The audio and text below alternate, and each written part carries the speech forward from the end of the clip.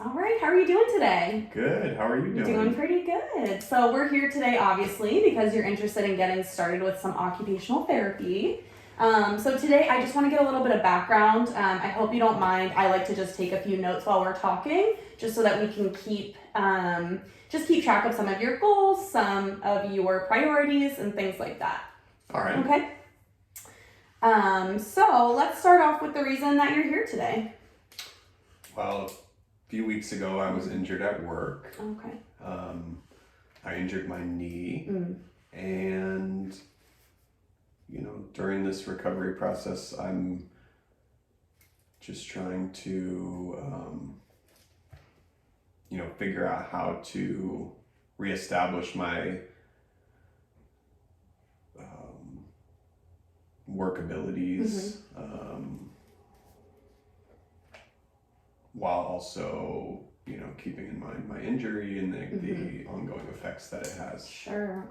Which knee did you injure? It was my left knee. Left knee, okay. And do you mind, if you're comfortable, do you mind telling me what happened? We were moving around some equipment, and I tripped backwards over something and partially dislocated my knee. Yikes. And was out of work for several weeks and did some physical therapy. Okay. That's good. Okay, so you've been to see a physical therapist already. That's good. Have you seen your medical doctor about your injury as well?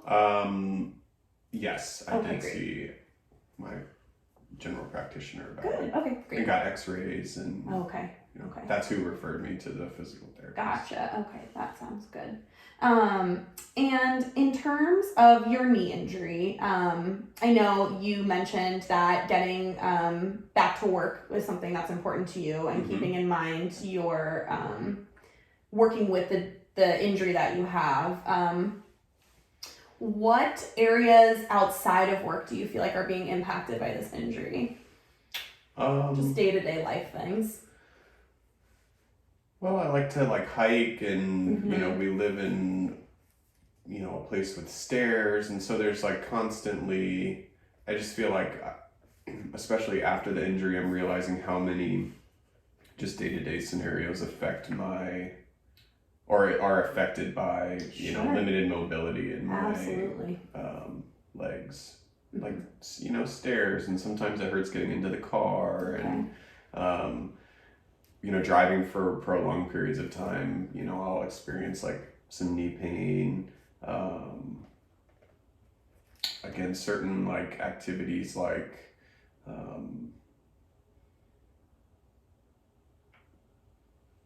walking backwards and then encountering various discrepancies in terrain. Sure. It could be a stick on the ground or something, but often causes some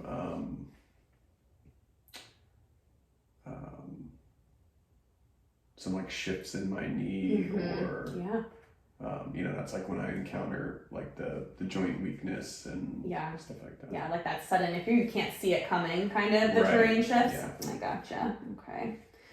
Okay, so what areas do you feel are not being affected? So where are you finding that despite this injury to your left knee, you're not seeing a lot of impact in the knee injury, or it's not really holding you back in terms of your day-to-day life and work? Well, as far as work goes, anything that's not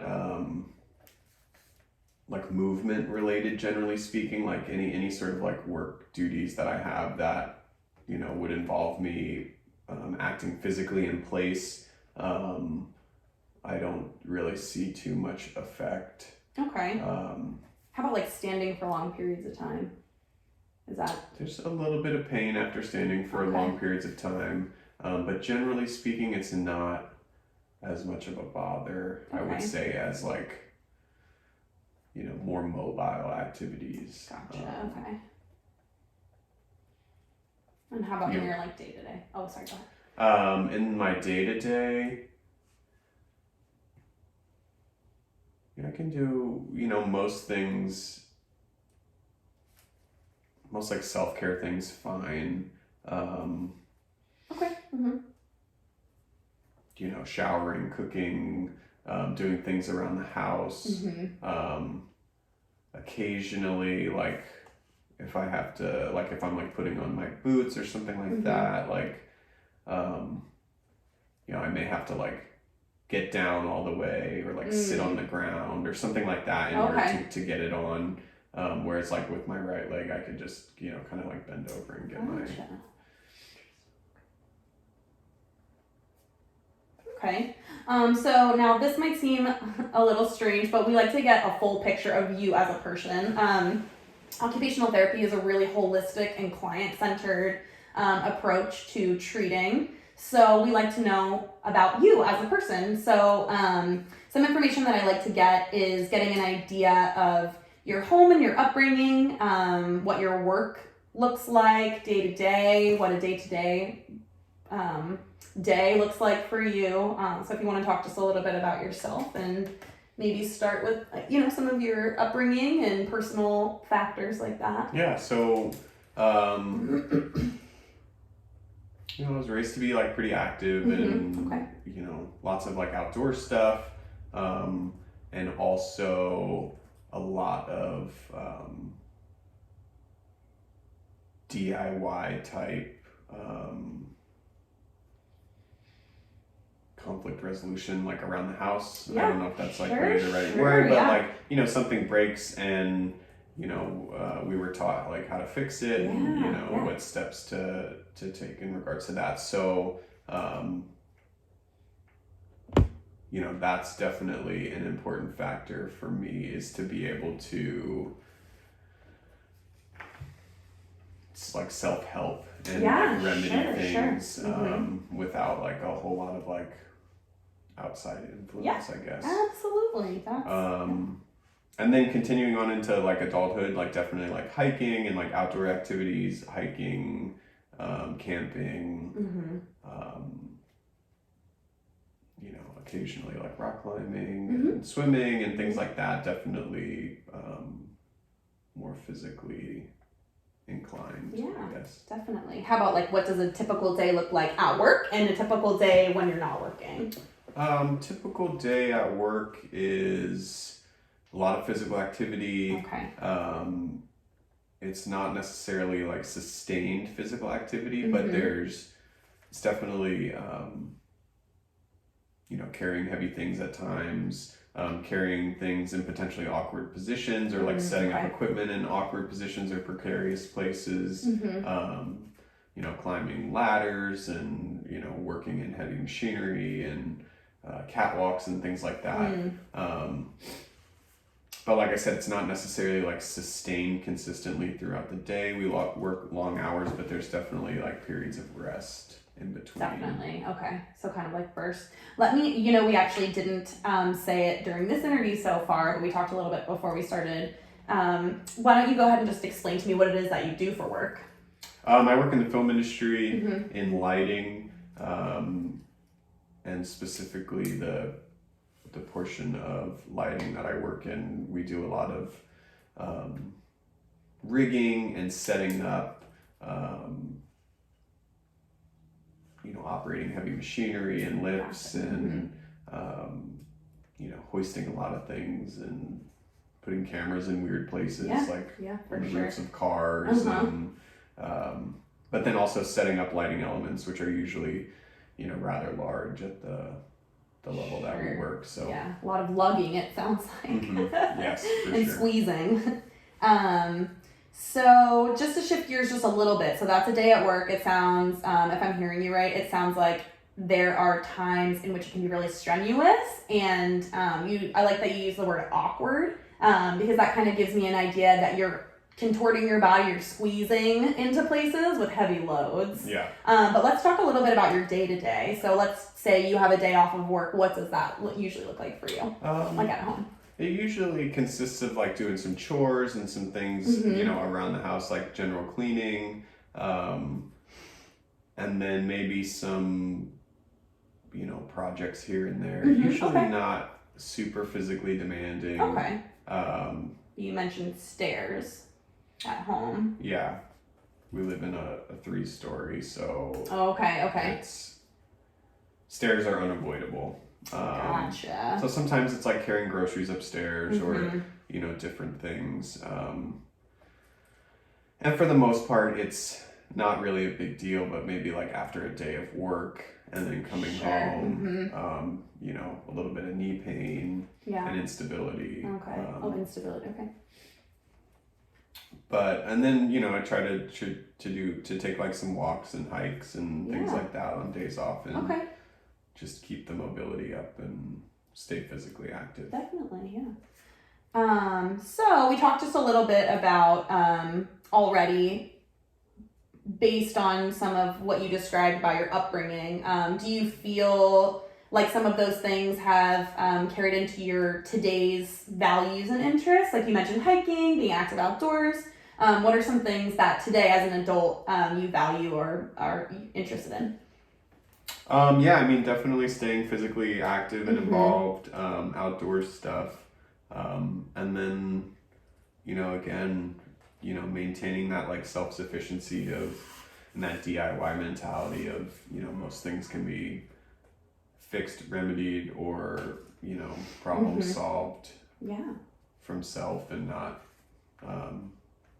so whether it's like getting up on the roof to fix something or, climbing ladders around the house or working on a car, all those things are, definitely carryovers from. Yeah, definitely. It sounds like, based on what I'm hearing you say and describing your interests as far as like home improvement and home DIY, even going into your work, that independence is a really important factor in your life. Yeah, definitely. Maintaining that independence. Yeah. Okay. So shifting gears just a little bit, kind of just piggybacking, I want to make sure I didn't miss anything, but I like to get an idea of, in terms of your context, so the environment that you're living in and working in, and some of those personal factors we talked about, like your upbringing, the support system in your life in terms of who you're living with, all that good stuff. We want to look at this knee injury and kind of think about the areas in those factors, so like where you're living and the people you're surrounded with, support and inhibited areas regarding this injury. So just as an example, what about where you're living or who you're living with is something that is helpful, and what is something that's not helpful while you deal with this injury?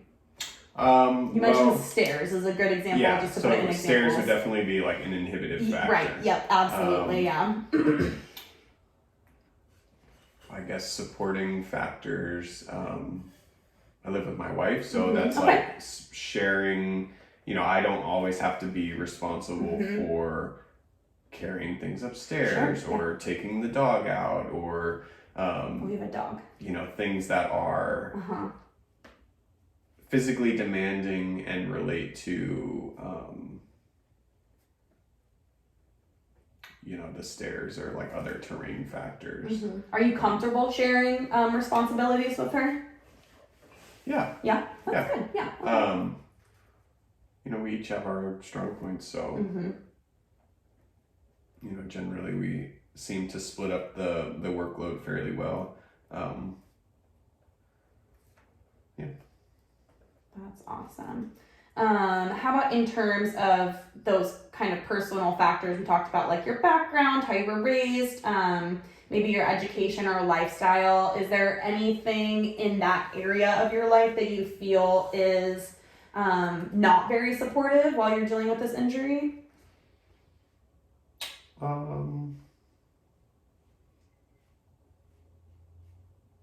can't really think of anything off the top of my head. Yeah, okay.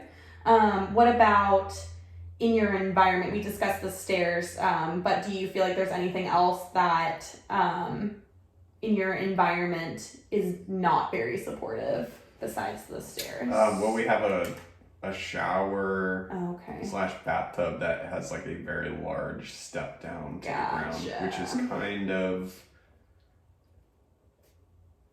uncomfortable to get in and out of, especially with knee instability, for fear of like slipping or something like that.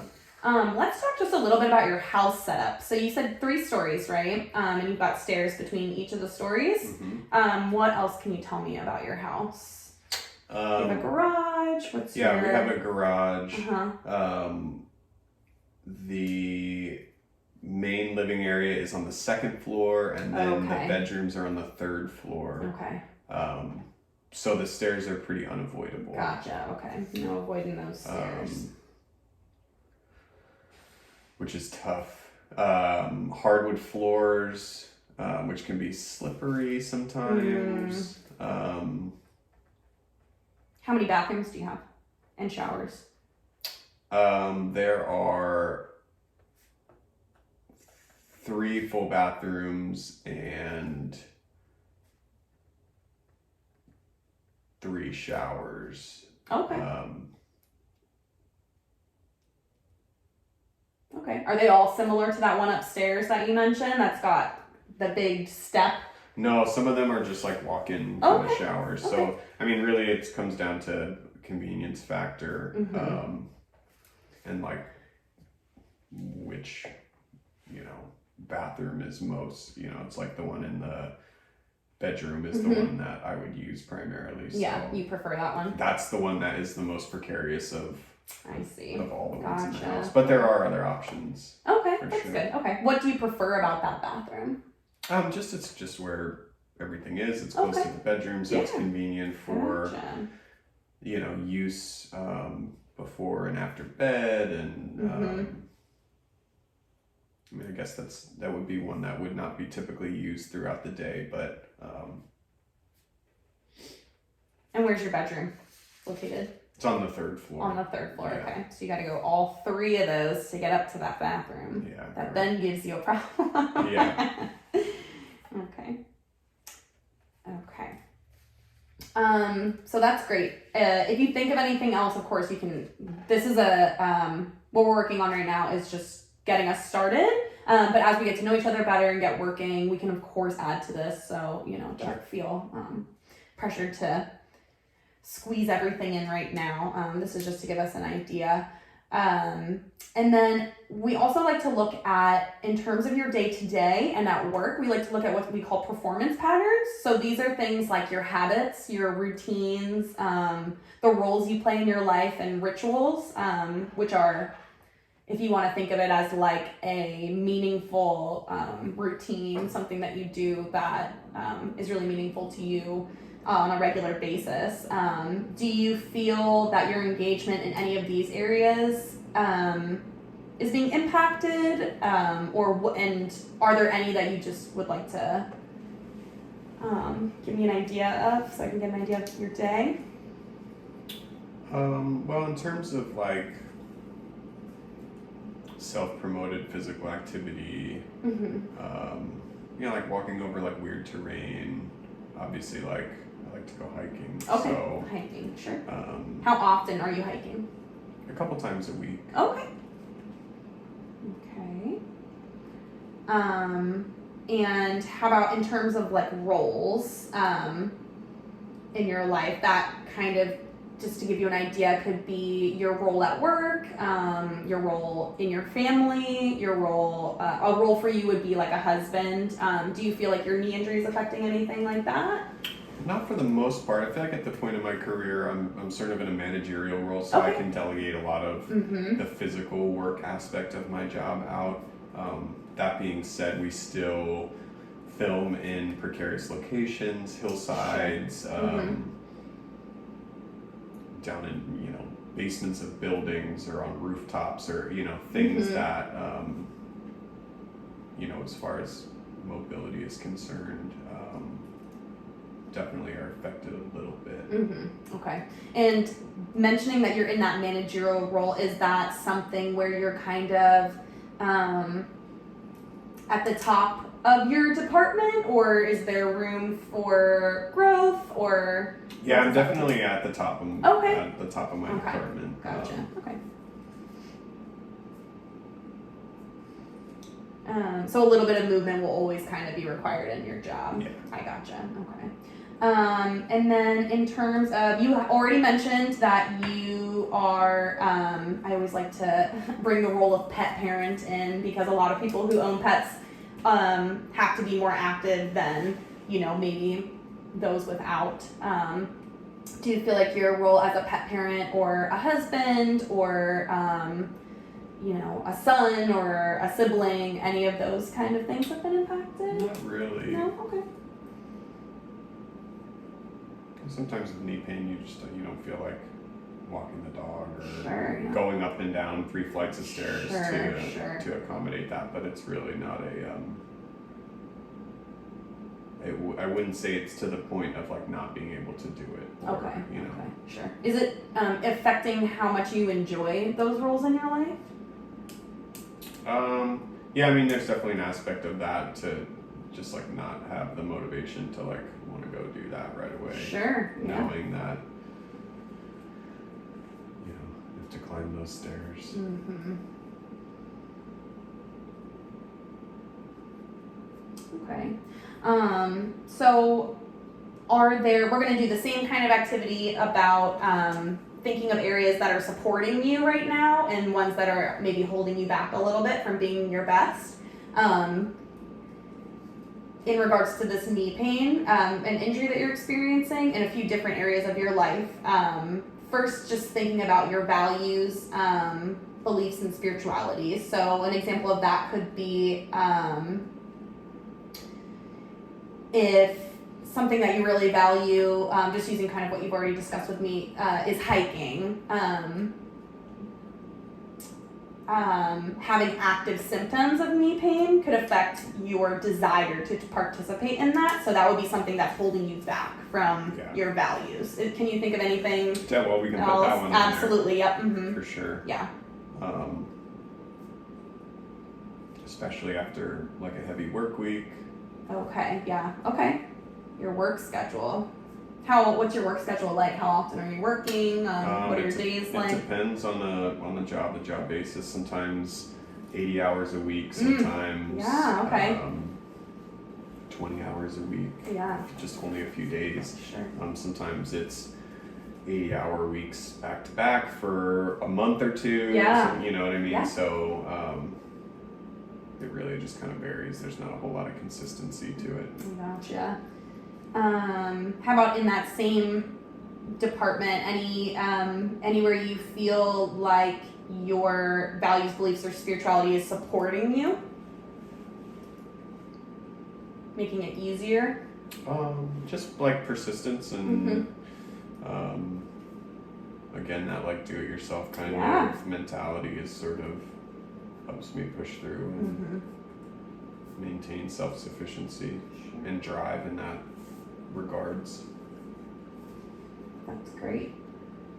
What about in terms of body function? So these are things like your mental, something we could even add in this section is that sense of independence and drive that keeps you moving forward. Yeah, definitely. But also like your sensory or your like skeletal, cardiovascular function, anything like that is working with you or against you. Sure. Well, I'm, used to working physically demanding jobs, so I have, and a relatively active lifestyle, so I feel like I have the, bodily physical support to compensate and to, meet, physically demanding situations. Yeah. So if, I have to lift something a certain way because lifting the normal way gives me knee pain, I feel like I can compensate your appropriately experience and for adaptive lift Yeah. Skills. Okay. What do you have in terms of like medical history? Is there is this just because of this specific injury that you have developed these skills, or is there? Well, this has been a chronic injury. Oh, I see. Okay. Since about high school, so it's something that I've dealt with periodically throughout my life. Okay. So it's inhibited me in certain aspects, but then there's always sort of been this drive to circumvent those restrictions finding ways to like skateboard and Okay. be physically active when I was younger, Yeah. dealing with these injuries, Okay. and still not always maintain a level of safety, but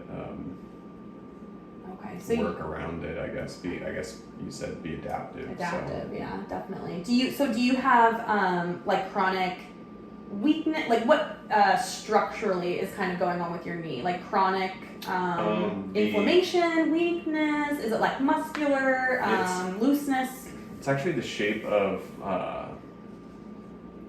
my kneecap, my patella. Okay, is not, sure, yeah.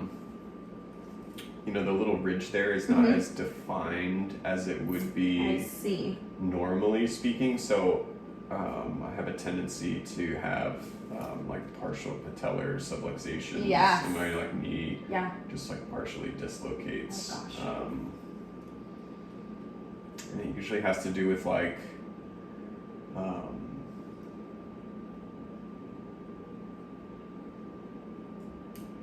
sort of like misaligned like step I see. placement along with like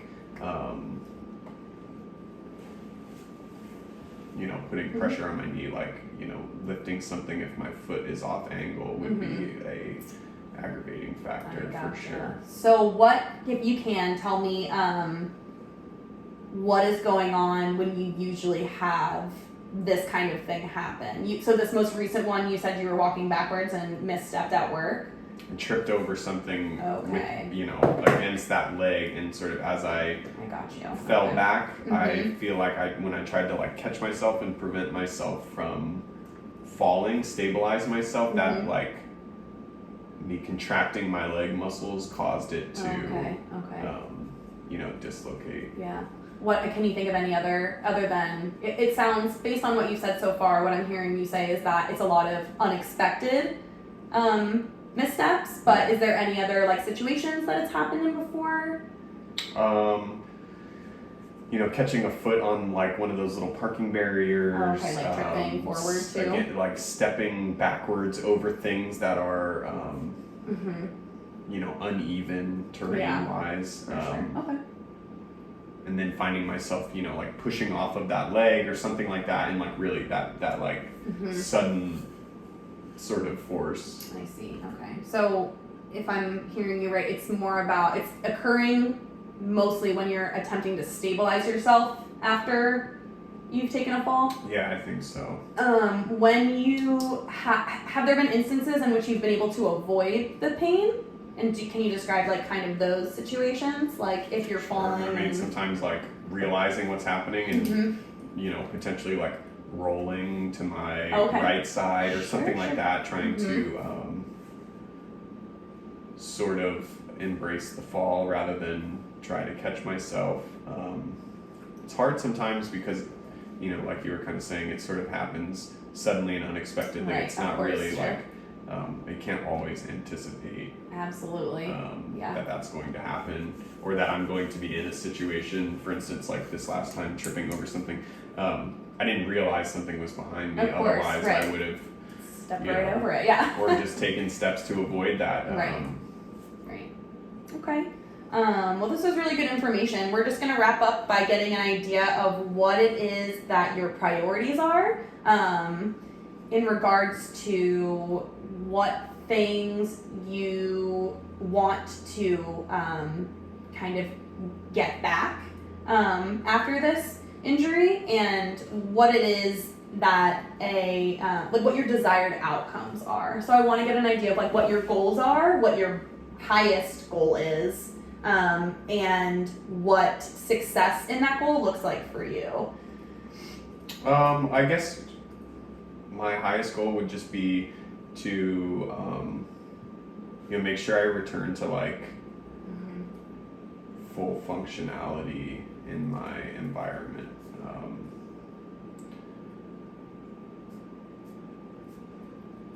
Maybe figuring out ways of or like skills that I can develop in my environment to make it work for me, but also maintaining my like level of independence with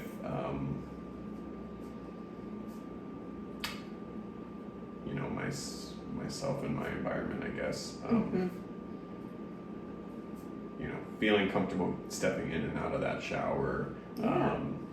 Not worrying about knee pain necessarily going up the stairs. You know, and just like maintaining, I guess like at the end of it, to just like maintain my baseline and not be forced to be less physically active or avoid physical activities because of knee pain or injury. That's great. Okay. How about in terms of your overall like day-to-day performance? You said getting back to or maintaining or returning a baseline. What does that look like for you?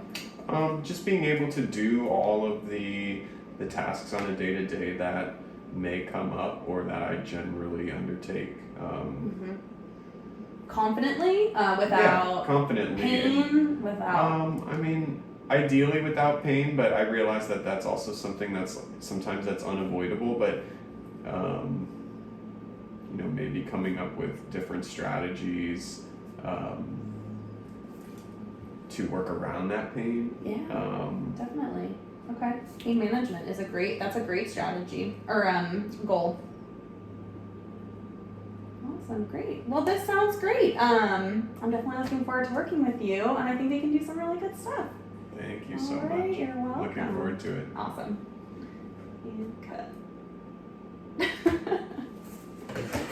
How long was that? 31 minutes? All right.